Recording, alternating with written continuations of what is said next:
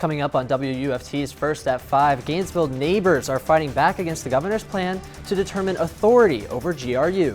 Plus, Gainesville is working to combat substance abuse, the new resource being offered to those fighting drug addiction. Daniella? Florida have been issued with an orange air quality alert today. Stay with me to see how you can stay safe. First at 5. From the University of Florida's College of Journalism and Communications, you're watching WUFT News. Welcome to WUFT News First at 5. I'm Alexa Herrera. And I'm Chris Will. Thanks for joining us. Gainesville residents are taking action against Governor Ron DeSantis. WUFT reporter Samantha Sydeski explains why GRU account holders are upset.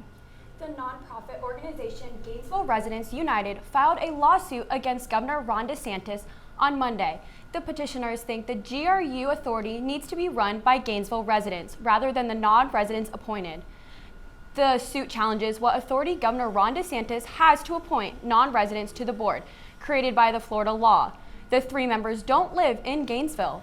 The law states only one can be a non-resident. President of the nonprofit Gainesville Residents United, Robert Hutchinson, worked for GRU for 10 years. He says it is important for citizens to have a say in the operation and management of their utility system. By challenging the law and the authority, the organization is fighting to put the power back into presidents and residents' hands. The bigger issue than just the residency is the fact that this amounts to an authoritarian takeover of GRU. The governor is the only person who can appoint these members, the only person who can remove them. The citizens of Gainesville no longer have any recourse if they don't like a decision that the utility authority makes. Hutchinson told us that GRU's 100-year-old motto is to be owned by the people it serves. And just a reminder, this is one of 4 lawsuits to be enacted after the state of Florida put Law 1645 into effect. James Coates, Robert Carew, and Eric Lawson are taking an official oath tomorrow. Live in the newsroom, Samantha Sydeski, WUFT News. A man is set to die by lethal injection at the state prison in Stark after the murder of a Panhandle woman nearly 30 years ago. 54-year-old Michael Zach III is convicted of murdering 2 women in 1996, among other charges. He was sentenced to death for the sexual assault, robbery, and murder of Ravone Smith, who he met at a bar. Zach was also convicted of the murder of Laura Rosillo, who he befriended at a different bar the day prior. Zach's lawyers argue he is a victim of fetal alcohol syndrome and PTSD. The Supreme Court denied his final appeal, and his execution is scheduled for 6 tonight. It's looked pretty cloudy and gray outside, but not a lot of rain to show for it. Well, Daniella Rudolph from WUFT joins us. Daniella, it sounds like those clouds won't be producing rain anytime soon. That's right, guys. So we're taking a live look outside the Ben Hill Griffin Stadium, and these are not actually rain clouds. These are haze clouds, thanks to the Canadian wildfires. So that has alerted us with an orange air alert for today for the air quality, which is unhealthy for some sensitive groups. So the elderly, young children, and those with predisposed issues like asthma, you should avoid going outdoors and stay indoors. For the rest of the evening, we can see our air quality map over here. Gainesville, Ocala, Jacksonville, and Tallahassee, you are all under that orange air quality alert, and going further south like Tampa and Sarasota, you guys are under the unhealthy. So if you have family in that region who are a little older, have young children, or have some predisposed issues, send them a text and let them know that they should stay indoors. But if you are healthy and heading out this evening, temperatures only dropping to 69, hazy conditions will remain. It's going to be a lovely evening. The Florida Highway Patrol says in Columbia County they caught a man wanted for double murder. It happened late Monday during a traffic stop. Elijah Kitchen is wanted by Savannah Police Department as a double homicide suspect. Authorities say he was armed with a loaded rifle inside the car. FHP troopers found Kitchen on Interstate 10, where they detained him and took him into custody. In Marion County, deputies say they arrested the man responsible for a murder back in July. Investigators took 25-year-old Juan Mitchell into custody Monday for the murder of Quentin Samuel Jr. A witness says they saw a maroon truck, which they believe belonged to Mitchell's father, leaving Samuel's home after hearing multiple gunshots. Mitchell denied going to the victim's home, but detectives say he was there around the time of the shooting. Mitchell is facing a second-degree murder charge and is being held without bond. Help is coming to those battling with substance abuse today. A ribbon-cutting ceremony was held for a new rehabilitation facility. The New Season Treatment Center will offer its services to Gainesville and surrounding communities. The center focuses on fighting opioid addiction, as about 40,000 Floridians have been hospitalized for opioid use in the last year. Patients will follow a multi-step program with medication-assisted treatment and addiction counseling. New Season's Senior Vice President Mike Garone says the center aims to invest in the local community's needs. We start to embed ourselves into the social structure of the community, understanding where resources are, try to get our patients connected with resources so that they can really focus in on their treatment. Gainesville Mayor Harvey Ward and New Season CEO Jim Shaheen also attended this ribbon-cutting ceremony.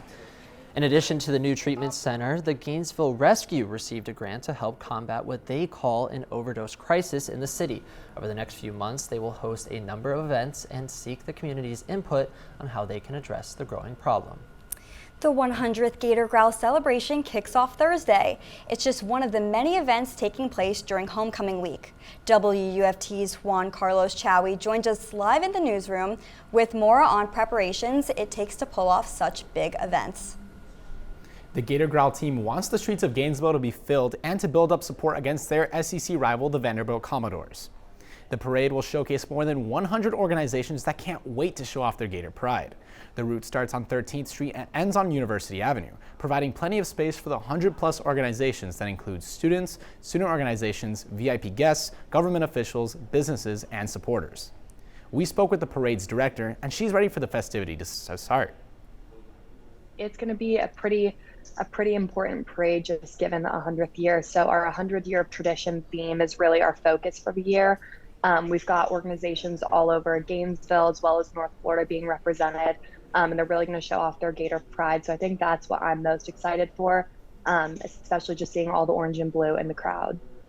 The parade starts at noon on Friday. WUFT will be there providing live coverage.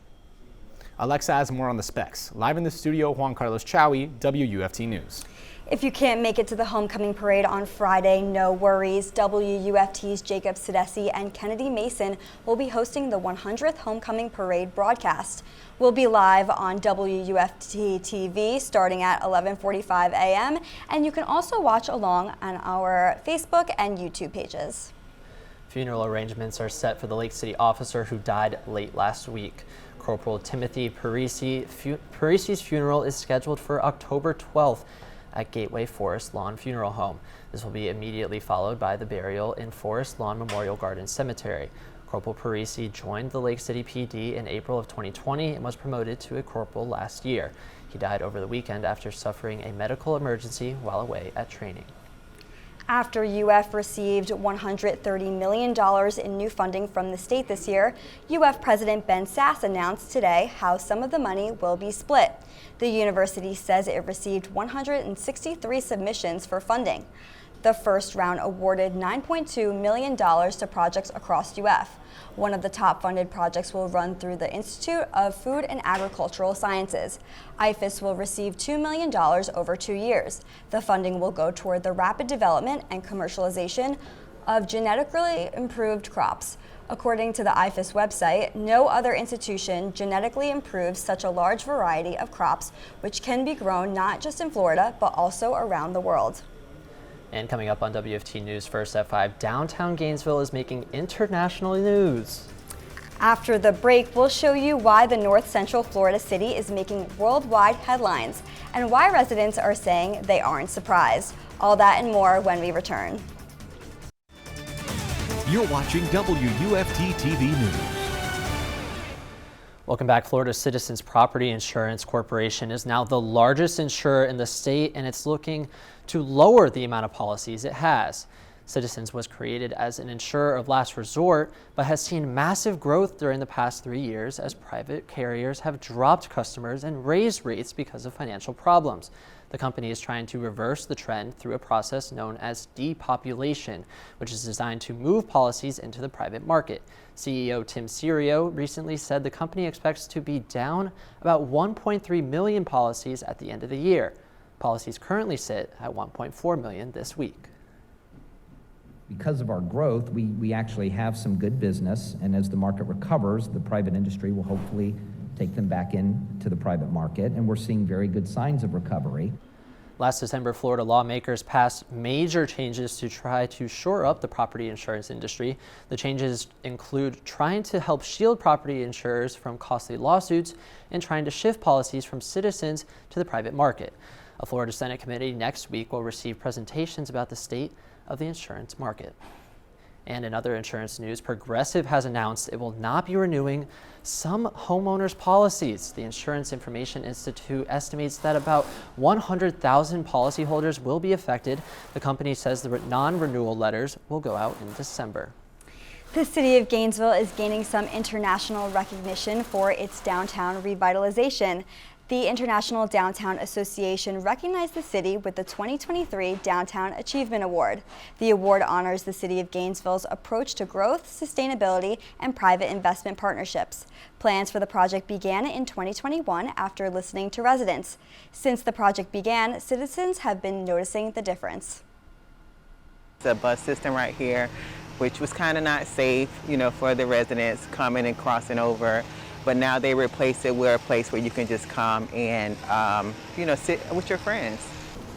The Gainesville Community Reinvestment Area and the Gainesville Department of Sustainable Development partnered in this project. Joint funding was also provided by the University of Florida. The city will be formally recognized at an IDA conference in Chicago next week. FEMA is conducting another test to make sure its emergency alert system is still efficient, and they are warning neighbors not to be alarmed when the devices go off tomorrow. The nationwide alert will take place at 2:20 p.m. tomorrow, and it will sound on all TVs, radios, and cell phones. FEMA says the purpose of the test is to ensure that the systems continue to be effective means of warning the public about emergencies. This warning system must be tested at least once every 3 years, according to federal law. We're inching closer to the main homecoming week attraction, the annual parade. Daniella Rudolph is here, and can we expect parade goers to have clear skies? Well, I'm really excited for the parade, and I hope you are too. However, I'll have your forecast coming up in my 7-day outlook after the break. You're watching WUFT-TV News. Jumping straight to that campus cam, a live look over the Ben Hill Griffin Stadium right now. It looks like those skies are overcast, but it is not weather that is going to be producing those cloudy skies. It's actually the smoke from the Canadian wildfires. So I'll have more on that in just a second, but those current conditions, 82 right now, feels like 87, some gusty winds at 29 miles per hour. So of course we're going to be having that air quality alert right now because of those Canadian wildfires. So that is going to fall in the orange range, which is unhealthy to some sensitive groups. So those who are already predisposed to issues like asthma, the elderly, and young children. So looking at that air quality map right now, we can see these orange areas in Gainesville, Ocala, Jacksonville, and the Tallahassee area. If you have any friends and family who live there who have some issues, please send them a text. Just let them know that they shouldn't be headed out this afternoon. That's how we stay safe, staying in this together. If you're wondering why this is happening, we had this low pressure system that's now off the coast that was overhead, and this high pressure system that has been circulating the air all the way from Canada down to Florida. So it's been traveling really far and bringing that smoke and haze with it the entire way through. So it's going to be staying with us for just a little bit. It should be lifted tomorrow. Now, of course, tracking those tropics as well. Tropical Storm Philippe is still here. It's not really going to be affecting any of us right now. As we can see, it's going to be making its way up north and not affecting the United States at all. So if you're headed out to campus tomorrow, getting ready for those homecoming celebrations, I'll have your forecast in just a second. Tomorrow is going to start off a little bit crisp at 78, only getting to 86 degrees, but we are going to have that haze staying with us from the wildfire. So again, if you are predisposed, please stay indoors. Now, the muggy meter, it's looking really nice for those homecoming celebrations, peaking a little at 71 on Thursday, but dropping down to 60 and 51 for the weekend. So it's going to be really nice to be outside this weekend. And that future radar just for the rest of your afternoon. A few spotty showers here and there along the coast, mainly towards Jacksonville and Palatka, but nothing to worry about here in Gainesville. So of course, we have that 7-day outlook for homecoming. On Thursday, Gator Growl, those temperatures are going to be around 88 degrees, but for your Friday, for the homecoming parade, it's going to be a nice day. Temperatures temperatures almost in the 90s. The football game on Saturday, your temperatures are going to be relatively the same at 87, but our humidity is dropping, so it's going to be a great weekend to be out. Coming up on WFT News, lots of great high school volleyball matchups to get you caught up on from yesterday. Ocala won their 17th match of the year, while Buchholz continues to struggle. I'll be talking all about them and more after the break. You're watching WUFT-TV News. Welcome into a special birthday edition of WFT Sports. I'm Bradley Shimel. Last night's slate of high school volleyball games featured lots of great matchups, so let's get straight to the recap. After losing 2 of their last 3, Ocala defeated PK Yonge in 4 sets to get back in the win column. The Eagles are now 17-3 on the year. Meanwhile, Buchholz surrendered their 6th straight loss as Santa Fe swept away the Bobcats. And Newberry swept Chiefland for their 3rd straight win. 162 games down, and now we've entered the real season of Major League Baseball.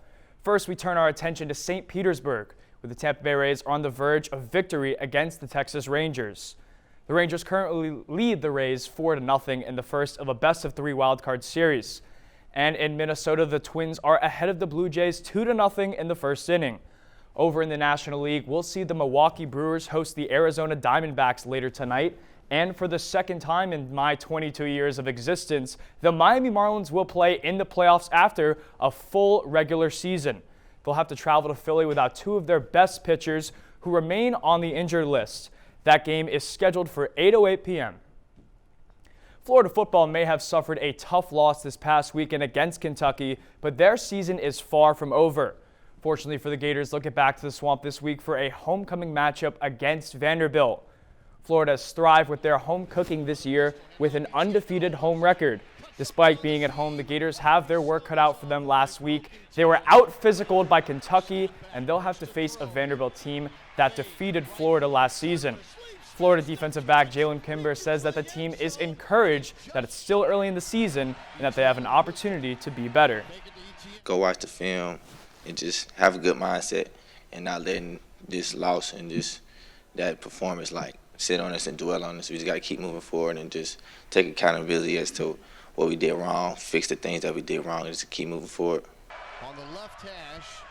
Florida will look to end their homecoming on a high note as they host Vanderbilt this Saturday at 4 p.m. That's it for sports. I'm Bradley Shimel. An Ocala police officer received quite an award today, what HCA Florida Ocala Hospital calls the Lifesaver Award. That's right. In August, Officer Zach Schuler used CPR to save a 51-year-old man from cardiac arrest. He was the first on the scene after a 911 call. HCA Ocala Hospital says Schuler's swift action played a pivotal role in saving the man's life. The hospital is now calling Zach a real hero. Before we go, let's get one last check on the weather. Of course, that 7-day outlook, because we have a really jam-packed week ahead with the homecoming celebrations. For your Thursday afternoon, for the Gator Growl concert, 88 degrees going into your homecoming parade on Friday. Looking like a lovely day, a little bit warm though, make sure you bring some water. And that football game, 87 degrees for your Saturday. Going into your work week, cooling a little, warming up on Tuesday. Thanks, Daniella. BBC World News is next, and the PBS NewsHour is coming up at 7. But your Florida news is always on at WFT.org. Have a great night.